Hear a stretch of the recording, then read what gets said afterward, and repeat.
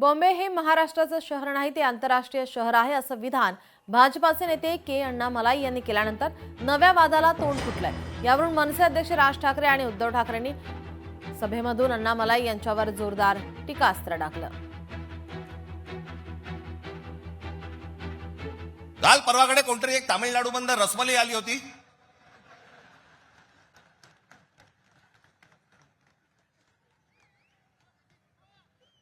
तो सांगतो मुंबईचा आणि म्हणजे महाराष्ट्राचा संबंध काय, तुझा काय संबंध आहे इथे याचा?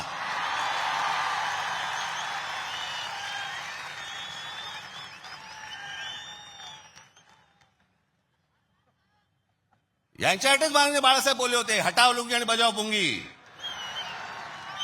आणि तो अण्णामलाई आला, त्याला मला खास धन्यवाद द्यायचे। का धन्यवाद? कारण तो नकळत बोलून गेला, भाजपच्या मनातलं जे काळं आहे तो ते बोलून गेलेला आहे।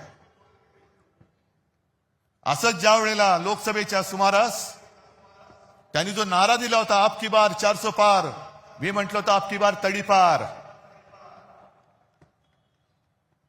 आणि त्यांच्याच खासदारांनी बिंग फोडलं होतं की 400 पार का? कारण आम्हाला संविधान बदलायचंय। संविधान का बदलायचंय? तर एका साध्या मराठी माणसाने लिहिलेलं ते संविधान, यानं तर देवाने पाठवले, पण एक साधा माणूस संविधान लिहितो आणि त्या संविधानाच्या आधारावरती देश चालतो, असं काय शक्य आहे?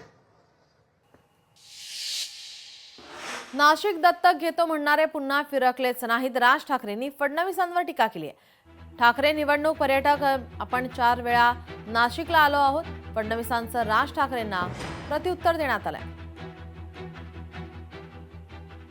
फडणवीस आले आणि म्हणाले मी नाशिक म्हणे मी दत्तक घेतो, आणि त्या सगळ्या गोष्टींना नाशिककर भुलले आणि आम्ही जी कामं करून ठेवली होती ती सगळे विसरले। आणि दत्तक घेतो म्हटल्यानंतर हा बाप परत फिरकलाच नाही। काय काय गोष्टी करतो म्हणून सांगितल्या होत्या, कोणत्या कोणत्या गोष्टी करतो म्हणून सांगितल्या होत्या।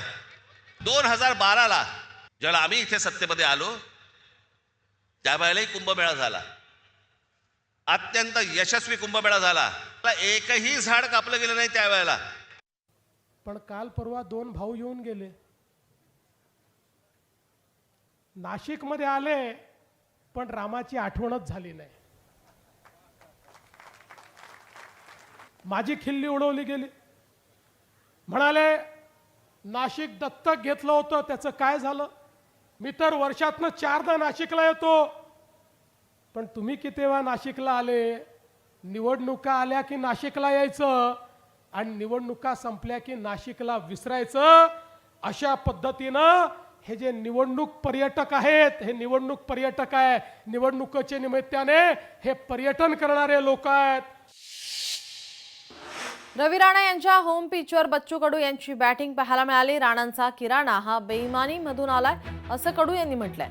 जेवढा आला तेवढा लुटा, बच्चू कडू यांचा हल्लाबोल। आपलं ठेवायचं झाकून आणि दुसऱ्याचं पाहायचं वाकून, ही जी मानसिकता आहे ही फार वाईट आहे। आता 2 सूतगिरण्या केवढी मोठी जागा आहे, काय कधी एखादा लक्षवेधी, काय कधी तुम्ही एखाद्यावर मुख्यमंत्र्याला पत्र दिलं? काहीच नाही। किराणा घ्या रे प्रीतीताई म्हणे, किराणा घेऊ नका। मी म्हणतो एवढा घ्या का इतका घ्या का इथून दुसऱ्याला तुम्ही वाटा, एवढा घ्या। लोकशाही मराठी ऐका, पहा, जागरूक रहा।